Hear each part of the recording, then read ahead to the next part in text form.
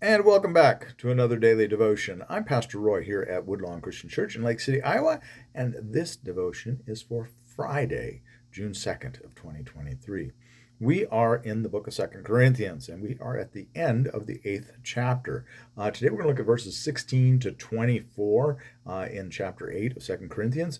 The Revised Standard Version, which is the version that I am reading from, calls this Commendation of Titus. Paul is sending Titus, and it looks like two other gentlemen with him. Some people might interpret this as being one. To me, I think it's two. But that's just my opinion. But two would make more sense to me because you wanted to travel in numbers in the ancient world, especially doing what they're doing, because they're going to work on this collection, the money to take to Jerusalem. And that means they're going to be carrying money with them because you couldn't just collect the money and then go down to the bank and wire it to Jerusalem. You had to physically carry the cash. And they would be coins in those days. They didn't have paper money, so coins have a considerable amount of weight. So you need the help carrying them, but mainly you need some extra folks with you for protection, to strength in numbers, as they say, because there were definitely highwaymen and burglars and robbers and pickpockets and what have you along the way that would be wanting to waylay these gentlemen to get to the cash that they're carrying. And so it was a very dangerous thing, but you had no options in those days. They just didn't have debit cards. They did not have banknotes. They didn't have what have you. It was all cash, carrying cash, and carrying cash there is dangers in that. A lot of us today have probably forgotten that, but hopefully not. But at any rate, I digress. Let's take a look at chapter 8 in 2nd Corinthians, verses 16 to 24, and see what we can come up with from this. But thanks be to God who puts the same earnest care for you into the heart of Titus. For he did not only accept our appeal, but being himself very earnest, he is going to you of his own accord. With him we are sending the brother who is famous among all the churches for his preaching of the gospel. And not only that, but he has been appointed by the churches to travel with us in this gracious work which we are carrying on. For the glory of the Lord and to show our good will, we intend that no one should blame us about this liberal gift which we are administering. For we aim at what is honorable, not only in the Lord's sight, but also in the sight of men. And with them we are sending our brother whom we have often tested and found earnest in many matters, but who is now more earnest than ever because of his great confidence in you. As for Titus, he is our partner and fellow worker in your service, and as for our brethren, they are messengers of the churches, the glory of God, Christ. So give proof before the churches of your love and of our boasting about you to these men. All right, I apologize for stumbling a couple places there, but at any rate, for whatever reason, it's kind of peculiar here. Paul only identifies by name Titus. Doesn't tell us who this brother who is famous among all the churches for his preaching. He doesn't tell us who. It doesn't tell us who that is. But I would say that it's reasons to me anyway. And what do I know? I'm going to speculate this is Apollos. Apollos is known for his eloquent speaking. Apollos is, mentioned 4 times in 1 Corinthians, and the last time is in chapter 16 of 1 Corinthians, where it said that he's not ready to come to Corinth yet, but he's going to come. So I think here he's coming. That's what I think, and he would fit the bill because he's well known, he's famous, but he is also known to the folks in Corinth. So that could be an argument against him that he, but. Or is that an argument for this? Because don't need to name him. You know him. And just say, hey, this guy, you remember that guy that's famous? That guy that's such an eloquent speaker? Not like Pastor Roy.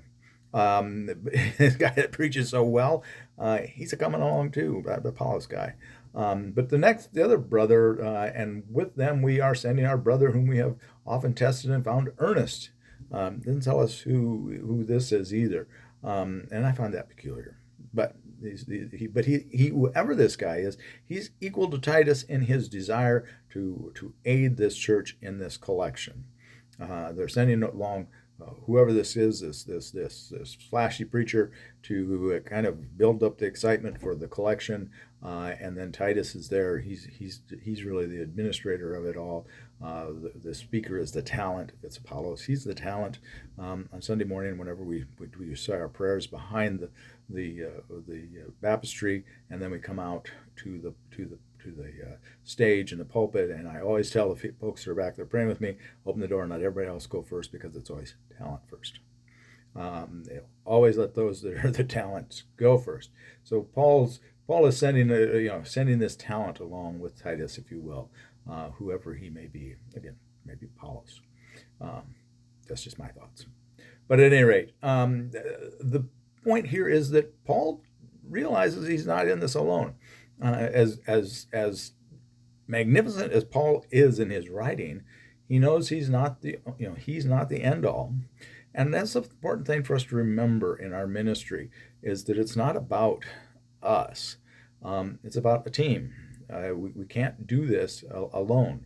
None of us. Nobody. If you start believing you're pressed and you start thinking you're the this charismatic leader that can do everything and can pull it all off, well, that just doesn't.